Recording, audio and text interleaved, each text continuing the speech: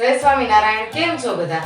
હું વંદના સ્વાગત કરું છું તમારું આપણી YouTube ચેનલ શ્રી હેલ્ધી ફૂડમાં. આજે આપણે સુરતની ફેમસ એવી કોલેજિયન ભેળ બનાવવાની છે, જે ઇઝીલી બની પણ જાય છે અને સ્વાદમાં પણ ખૂબ જ સારી બને છે. તો કોલેજિયન ભેળ બનાવવાનું શરૂ કરીએ એ પહેલા જો તમે હજી સુધી આ ચેનલ ઉપર નવા હોય અને તમને મારી દરેક રેસીપી ગમતી હોય તો આપણી YouTube ચેનલ શ્રી હેલ્ધી ફૂડને લાઈક, શેર અને સબસ્ક્રાઇબ કરવાનું ભૂલતા નહીં.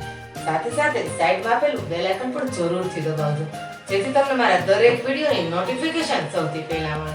તો ચાલો ફટાફટ ખૂબ જ ઇઝીલી અને ટેસ્ટી બને તેવી કોલેજિયન ભેળ બનાવવાનું શરૂ કરીએ.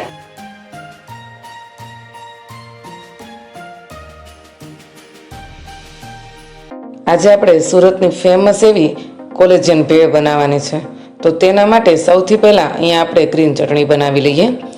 તો એક મિક્સર જારની અંદર 6 થી 7 મરચી એડ કરશું, 2 મોટા ટુકડા આદુના એડ કરશું અને 2 ચમચી જેટલી ખારી સિંગને ફોતરા ઉછળીને લીધેલી છે તે એડ કરશું. ત્યારબાદ અહીંયા આપણે ગ્રીન ચટણીમાં મેન કહેવાતા એવા ધાણા એડ કરવાના છે. તો અહીંયા મેં એક મોટી જોડી જેટલા ધાણા લીધા છે, તેનો ઉપયોગ કરશું. દાંડલી સહિત જ આપણે ધાણા એડ કરવાના છે.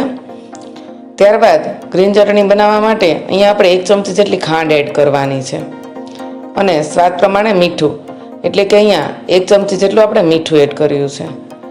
અને ત્યારબાદ ખટાશ માટે આપણે લીંબુ એડ કરવાનું છે. અત્યારે આપણે ગ્રીન ચટણી બનાવવા માટે એક આખા લીંબુનો ઉપયોગ કરશું, જેથી કરીને ચટણી એકદમ સરસ ખાટી બને. ગ્રીન ચટણી થોડી તીખી અને ખાટી જ હોય છે, તો જેનો સ્વાદ સારો આવે છે. લીંબુ એડ થઈ જાય ત્યાર પછી ચટણીને થોડી ચીલ્ડ બનાવવા અને તેનો કલર એકદમ સરસ ગ્રીન રહે તેની માટે અહીંયા આપણે 4 થી 5 ટુકડા બરફના એડ કરવાના છે. મિત્રો, કોલેજિયન ભેળ બનાવવી ખૂબ જ ઇઝી છે અને તે સ્વાદમાં પણ ખૂબ જ સારી બને છે. તો બાળકોને આ ઉનાળાના વેકેશનમાં જરૂરથી બનાવીને ખવડાવજો અને તમને મારી આ કોલેજિયન ભેળની રેસીપી કેવી લાગે છે તે પણ કોમેન્ટમાં જરૂરથી લખીને મોકલજો. હવે મિક્સર જારનું ઢાંકણ ઢાંકી દઈએ અને ચટણીને બરાબર પીસી લઈએ. તમે જોઈ શકો છો એકદમ સ્મૂથ એવી આપણી ચટણી પીસાઈને તૈયાર થઈ ગઈ છે અને તેનો કલર પણ તમે જોઈ શકો છો, એકદમ સરસ કલર આવ્યો છે તેનો. અને 2 થી 3 દિવસ સુધી આ ચટણીને કાંઈ પણ નથી થતો અને આનો કલર પણ આવો ને આવો જ રહે છે. તો આવી રીતે ચટણી બનાવવાની જરૂરથી ટ્રાય કરજો. તો હવે આપણી એકદમ સરસ એવી ગ્રીન ચટણી બની ગઈ છે. તો ગ્રીન ચટણીને એક બાજુ મૂકીએ અને કોલેજિયન ભેળ માટે આપણે ગળ્યું પાણી તૈયાર કરી લઈએ. તો મિત્રો, ગળ્યા પાણી માટે અહીંયા આપણે ખાસ કંઈ કરવાની જરૂર નથી. અહીંયા આપણે 3 ચમચી જેટલા ગોળને વાતરીને લેવાનો છે અને તેની અંદર થોડું ઉફાળું એટલે કે ગરમ પાણી એડ કરી થોડી વાર માટે એક બાજુ મૂકી દઈશું. હવે અહીંયા આપણે જે પ્રમાણે ભેળ બનાવવાની હોય તે પ્રમાણે મમરા લેવાના છે. મેં અહીંયા 1 બાઉલ જેટલા મમરાને ગેસ ઉપર પેનની અંદર એડ કરી થોડી વાર માટે ગરમ કરી લીધા છે. આવી રીતે જ આપણે મમરા લેવાના છે, જેનાથી આપણી ભેળ એકદમ સરસ બને.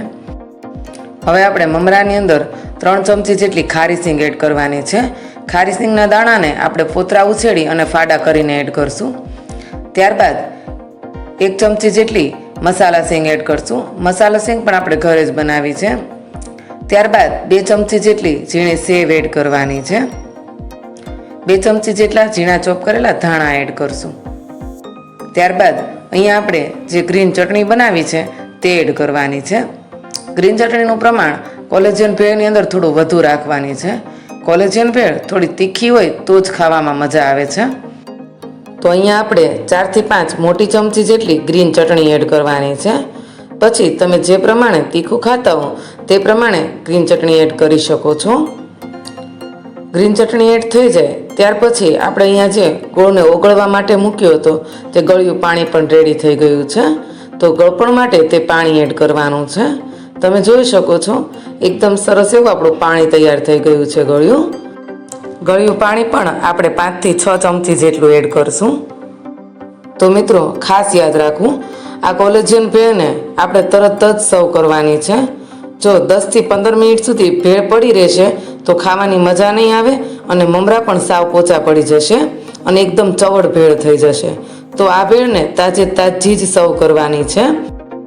તમે ખાલી ગ્રીન ચટણીને 3 થી 4 દિવસ માટે સ્ટોર કરી શકો છો. તો ગ્રીન ચટણી સ્ટોર કરેલી હશે તો ભેળ બનાવતા થોડી પણ વાર નહીં લાગે. તો બધી વસ્તુને બરાબર મિક્સ કરી લઈએ. મિત્રો, આમાં આપણે થોડો ચાટ મસાલો પણ એડ કર્યો છે, પણ એ વિડીયો સ્કીપ થઈ ગયો છે. ચાટ મસાલો પણ તમારે ચપટી જ એડ કરવાનો છે, કેમ કે ખારી સિંગમાં પણ મીઠું હોય છે અને મસાલા સિંગમાં પણ મીઠું હોય છે.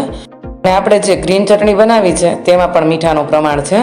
તો ચાટ મસાલો ચપટી જ એડ કરવાનો છે. હવે બધી વસ્તુ સરસ મિક્સ થઈ ગઈ છે. ચાલો ફટાફટ સર્વિંગ પ્લેટની અંદર સર્વ કરી દઈએ. તો જો તાજ ખાવાનું મન થઈ જાય અને ફટાફટ દોડીને રસોડામાં જઈ બનાવવાનું મન થઈ જાય તેવી આપણી કોલેજન ભેળ બનીને તૈયાર થઈ છે. હવે ઉપરથી ગાર્નિશિંગ માટે આપણે થોડા ખારી સિંગના દાણા એડ કરવાના છે. તો 1 ચમચી જેટલા ખારી સિંગના દાણા એડ કરશું અને ત્યારબાદ 1 ચમચી જેટલા મસાલા સિંગના દાણા એડ કરશું. ત્યારબાદ ઉપરથી થોડી ઝીણી સેવ એડ કરવાની છે. તો 2 થી 3 ચમચી જેટલી ઝીણી સેવ એડ કરશું ગાર્નિશિંગ માટે. સેવ એડ કર્યા પછી અહીંયા આપણે ઝીણા ચોપ કરેલા ધાણા એડ કરવાના છે. તો તે એડ કરશું. આવી રીતે બધી વસ્તુ ઉપરથી ગાર્નિશિંગ માટે એડ કરવાની છે. તમે જોઈ શકો છો, જોતાની સાથે જ મોઢામાં પાણી આવી જાય ને તેવી આપણી ભેળ બનીને તૈયાર થઈ છે. તો જો તમને મારી કોલેજન ભેળ બનાવવાની આ રેસીપી ગમી હોય તો આપણી યુટ્યુબ ચેનલ શ્રી હેલ્ધી ફૂડને લાઇક, શેર અને સબસ્ક્રાઈબ કરવાનું ભૂલતા નહીં. અને સાથે સાથે કોમેન્ટ જરૂરથી મોકલજો, કેમ કે તમારી કોમેન્ટ જ અમને આગળ નવી નવી રેસીપી બનાવવા માટે પ્રોત્સાહન આપે છે. તો ચાલો ફરી મળીએ આવા ને આવા નવા વિડીયો, નવી રેસીપી સાથે. જય સ્વામિનારાયણ.